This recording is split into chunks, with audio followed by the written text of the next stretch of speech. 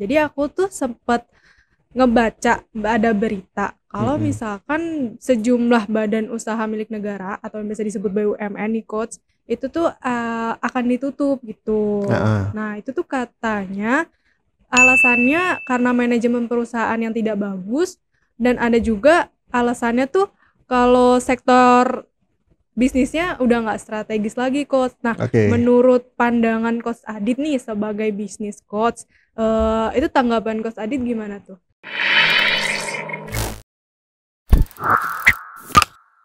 Halo sahabat coaching, balik lagi sama aku Aul di Coaching for Business. Nah, kesempatan kali ini kita akan membahas seputar tentang bisnis dan coaching. Mau tahu apa yang akan dibahas? Yuk langsung aja ke Coach Adit. Halo Coach. Halo. Iya Coach, apa kabar nih Coach? Alhamdulillah baik. Alhamdulillah.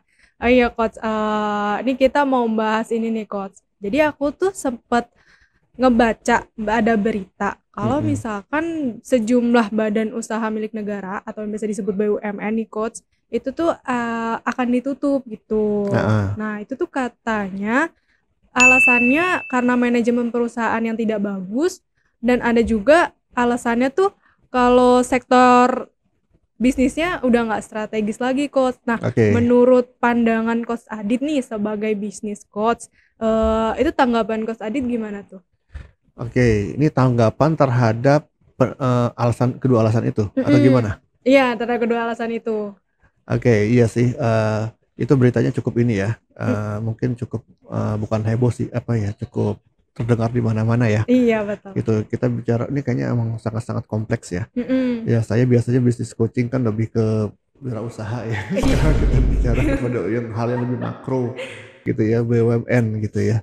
Perusahaan-perusahaan BUMN yang mana ini skalanya nasional ya, namanya Iya juga betul. BUMN ya, Iya, badan usaha milik negara negara. gitu kan. Jadi ya pasti, kaitannya ini nasional ya, bukan hanya sekedar, kinerja dari bisnis itu sendiri, tapi Mhm, kaitannya dengan ekonomi, dengan iya. keuangan negara, gitu segala macam Iya, kali ya. Jadi agak ini juga nih, hati-hati juga harus ngomongnya. iya. Pendapat saya tentang itu ya. Mhm, Jadi kalau saya lihat ya kan itu kan sudah diputuskan ya, mhm. gitu, sudah diputuskan. Jadi ya pendapat saya ya itu adalah keputusan yang cukup berani sih gitu ya. Mmm, Kayaknya belum pernah sebelumnya yang sampai segitunya ya. iya, Heeh, ada beberapa banyak itu kan ya yang mau ditutup, walaupun listnya kayaknya belum di-publish sih, gitu ya, iya. setahu saya gitu Mhm, ya, tapi kayaknya banyak juga ya, gitu. Dengan alasan ya mismanagement gitu atau kinerjanya jelek atau ya udah nggak strategis lagi gitu ya, mhm. udah nggak relevan kali ya dengan situasi kondisi Sekarang. sekarang ini ya.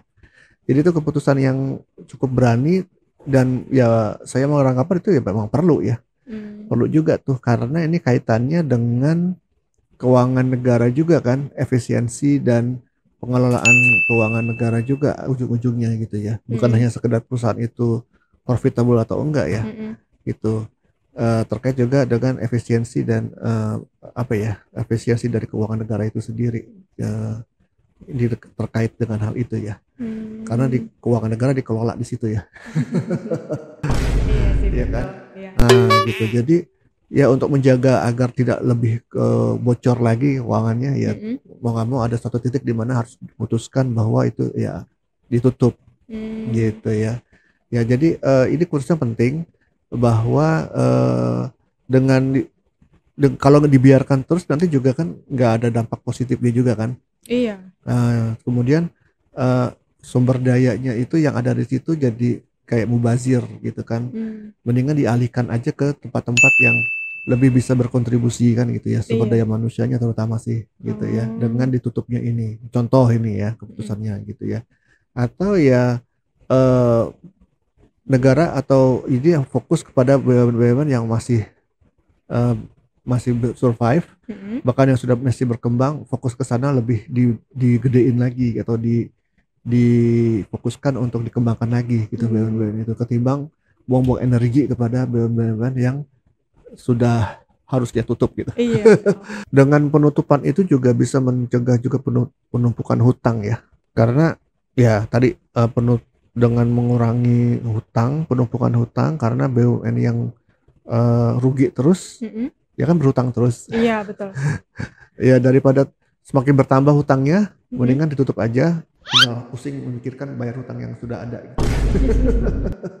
Fokus kepada membayar hutang yang sudah ada gitu. Oke. Ya itu ya yang saya Hmm. bisa amati ya keputusan-keputusan ini. Jadi memang harus dilihat dari sisi plus minusnya banget Hmm. ya.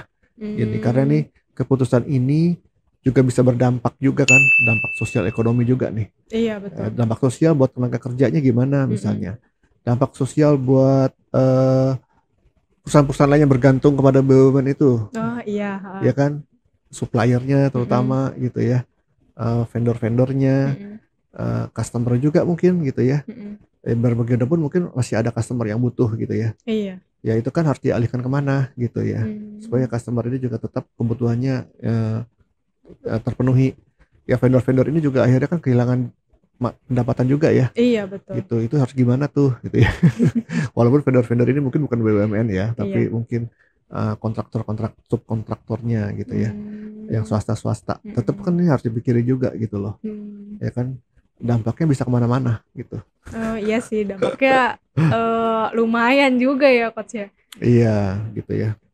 Oke coach. Nah sebenarnya kalau misalkan buat manajemen perusahaan yang bagus tuh seperti apa sih coach? Manajemen, wah ini banyak banget ya penjelasannya. Manajemen yang bagus ya. Kuliah MM-nya aja tuh udah perlu waktu 2 tahun ya. Setahun Oh. sampai 2 tahun.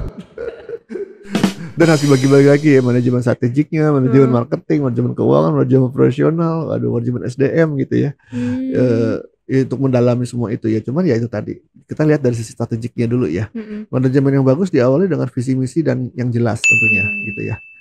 Dan terarah nih mau dibawa kemana sih perusahaan gitu ya. Setelah itu kan harus ada strategi yang jelas juga bagaimana memenuhi visi misi ini Mm-mm. gitu. Dan tentunya ini didukung oleh leadership yang baik ya.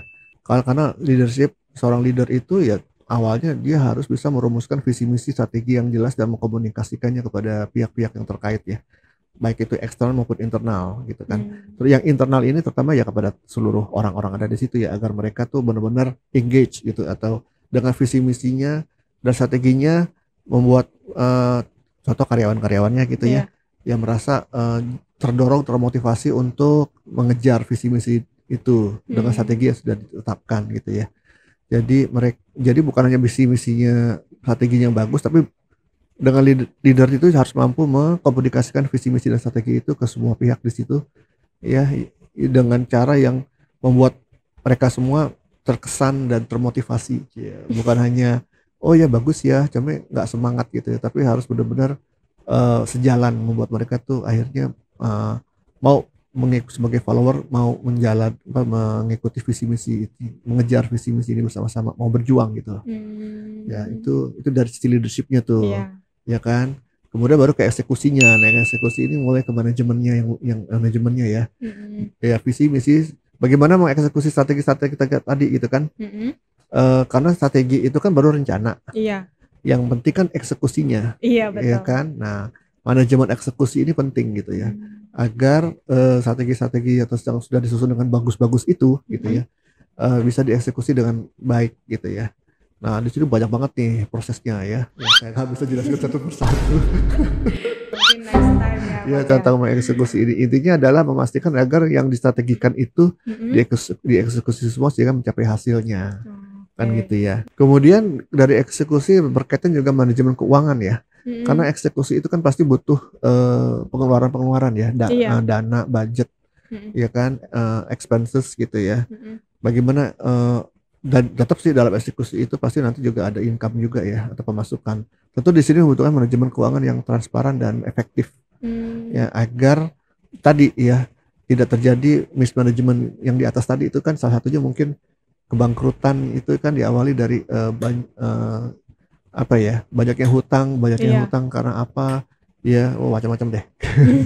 Gitu. Jadi manajemen keuangannya juga harus efisien dan efektif Hmm. ya, untuk mengelola hasil-hasil eksekusi tadi Hmm. dan mengelola agar eksekusi baik juga gitu ya. Iya, iya Nah, betul. manajemen keuangan. Dari manajemen keuangan, eksekusi juga dipengaruhi oleh manajemen HRD atau human resource yang bagus juga kan gitu ya. Mm-mm. Karena biar bagaimanapun yang mengeksekusi itu kan manusianya gitu ya. Iya, sumber dayanya. Gitu sumber dayanya ya. Ya tentu kalau sumber dayanya manusia ya pengelolaan SDM yang juga Hmm. harus bagus.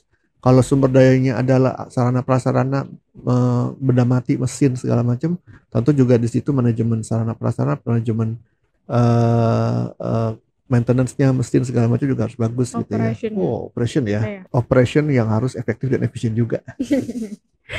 Terus Oh. kalau dijabat lagi banyak lagi nih. Mau sampai kapan kita diskusi? Dibikin part-part. Iya, kalau dibilang manajemen yang baik gitu ya. Intinya kan manajemen itu kan kalau kita bicara manajemennya ya, POIC kan, planning, organizing, actualizing, dan controlling. Sebetulnya itu kan, perencanaannya harus benar dulu. Dari perencanaan bagaimana mengorganisasikan sumber daya yang ada agar bisa menjalankan rencana ini, baru actualizing-nya, pelaksanaannya, bagaimana memonitor pelaksanaannya itu, ya kan, bagaimana memastikan pelaksanaan berjalan baik, dan kontrolnya gitu ya, bagaimana mengukur keefektivitasannya dan seterusnya, dan bagaimana kalau ada masalah gitu kan, ada yang belum tercapai harus diapain, yang sudah tercapai diapain, yang melebihi harus diapain gitu ya. Balik lagi ke planning lagi terus gitu, siklusnya ini ya pada dasarnya itu sih POIC, cuman di breakdown lagi dari visi misi strategi sampai ke pengelolaan sumber daya manusia, pengelolaan SDM tadi ya udah ya. Pengelolaan sumber daya sampai ke pengelolaan sarana prasarana, maintenance, operasional, sampai ke pengelolaan keuangan gitu. Wah, panjang deh. Oke. Mungkin kalau misalnya berkaitan dengan manajemen perusahaan emang bakal banyak banget ya Coach, karena manajemen tuh nggak cuma di bagian part 1, 2, 3 gitu. Jadi sebenarnya banyak banget, apalagi sekarang udah risiko juga harus benar-benar pikirin ya. Iya. Nah, tuh tadi kan dengan kondisi alam, bukan kondisi alam. Kondisi sosioekonomi yang seperti sekarang ini gitu ya, yang benar-benar berubah. Ya tentunya manajemen risiko juga harus benar-benar dijalankan dengan baik gitu, supaya tadi ya meminimalisir kejadian-kejadian yang akhirnya ke arah ke penutupan juga gitu. Ya kan, ujung-ujungnya kan ke situ, kita nggak maunya ke situ kan. Iya. Ya, cuma risiko itu kan banyak banget ya. Iya, risiko yang jangka pendek, jangka panjang juga gitu. Ya itu manajemen juga harus benar. Ini dalam rangka supaya tadi ya strategi yang dijalankan itu bisa diimplementasikan dengan baik gitu. Nah, gitu sih. Nah, kalau misalkan untuk sektor bisnisnya nih Coach, sektor bisnis bisa dibilang strategis itu yang kayak gimana sih Coach? Oke, bisnis yang strategis yang pertama ya jelas dia masih bisa menghasilkan keuntungan ya. Itu udah pasti sih Coach. Tapi menghasilkan keuntungan itu karena apa gitu kan, macam-macam nih. Iya. Ya kan? Ya karena memang apa yang dihasilkan oleh organisasi itu masih relevan dengan kebutuhan pasar. Gitu ya. Kalau udah nggak relevan lagi pasti ya pasar tidak akan lagi ini ya membeli dari organisasi itu atau bertransaksi dengan organisasi itu gitu ya. Jadi harus relevan produk, jasa maupun organisasi secara keseluruhan itu harus masih relevan dengan kebutuhan pasar. Gitu ya. Terus teknologi. Jadi organisasi itu sendiri masih bisa keep up dengan teknologi yang berkaitan dengan produk dan layanannya gitu ya. Gitu. Jadi kalau dia memproduksi dengan teknologi yang sudah usang, ya itu kan hubungannya dengan kebutuhan pasar lagi nanti gitu ya. Jangan-jangan kualitas yang dari dihasilkan itu sudah tidak sesuai dengan kebutuhan pasar misalnya. Atau kalau hasil dari teknologi ini sudah tidak memenuhi peraturan perundangan yang berlaku di suatu negara, juga akhirnya ya membuat tidak strategik lagi gitu ya. Ujung-ujungnya gitu ya. Jadi masih bisa memenuhi undang-undang atau peraturan perundangan suatu negara tertentu, itu juga penting juga sih gitu ya. Misalnya tadinya sih produk ini bahan-bahannya segala macam itu nggak apa-apa gitu ya. Ternyata ada undang-undang yang baru nih bahwa tidak boleh menggunakan bahan baku tertentu yang mungkin bahaya buat lingkungan kah atau bahaya buat kesehatan gitu ya. Nah itu kan harus diganti atau harus diubah. Nah apakah teknologinya bisa, apakah juga kemampuan dari perusahaan itu juga bisa gitu ya untuk bisa mengganti ini gitu, kebutuhan karena dipaksakan ya oleh undang-undang yang ada gitu. Jadi ini pengaruh juga gitu ya, pemenuhan peraturan perundangan yang ada gitu. Jadi tadi kita bicara tentang regulasi ya. Regulasi, apakah perusahaan itu masih bisa mengikuti regulasi yang ada, memenuhi regulasi yang ada. Tentunya tidak strategis lagi kalau memang persaingan udah terlalu tinggi gitu ya.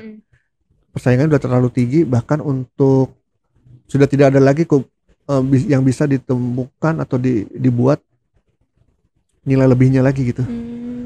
Udah nggak ada lagi nilai lebihnya karena sudah persaingannya sudah cukup, udah nggak bisa lagi. Kayak misalnya contoh penjualan yang secara offline sekarang secara digital gitu. Mungkin yang offline ini udah nggak bisa bersaing lagi gitu ya. Ya kan, dengan yang digital ya. Tadi juga pengaruh dengan teknologi, pengaruh dengan kebutuhan pasar juga gitu ya. Nah kalau mereka udah nggak bisa bersaing dengan perusahaan-perusahaan jenis yang penjualan secara digital, ya mau nggak mau ya mereka tutup gitu ya. Kecuali mereka bisa adaptasi ya gitu. Jadi ya adaptasi itu penting juga ya. Nah krisis-krisis sosial ekonomi juga penting, pengaruh apakah strategik apa enggaknya gitu ya. Contoh pandemi kemarin deh gitu ya. Pandemi kemarin udah berapa tahun ya? Kemarin ya udah beberapa Iya tahun gitu yang kan, lalu. pasti ada perusahaan-perusahaan yang akhirnya memutuskan untuk tutup karena udah nggak strategik lagi buat dia gitu ya. Ya tidak strategik lagi, tidak menguntungkan lagi, tidak sesuai dengan kebutuhan pasar lagi. Akhirnya semua karena pandemi itu bisa pengaruhi kemana-mana juga ya, dengan alasan-alasan yang tadi itu ya. Gitu. Wah itu pandemi ya gitu. Ya contoh yang lain ada lagi gitu ya misalnya ya. Gitu sih. Jadi banyak sih pertimbangan bahwa perusahaan itu sudah dianggap tidak, atau organisasi atau bisnis itu sudah tidak strategik lagi untuk diteruskan gitu. Oh gitu. Oke nih Kak. Nah mungkin teman-teman yang punya pertanyaan atau punya tanggapan lain, pendapat lain, bisa langsung aja tulis di kolom komentar ya. Nah dari aku Aulia cukup sekian. Saya Aditya Mijaya. Sampai jumpa. Sampai jumpa.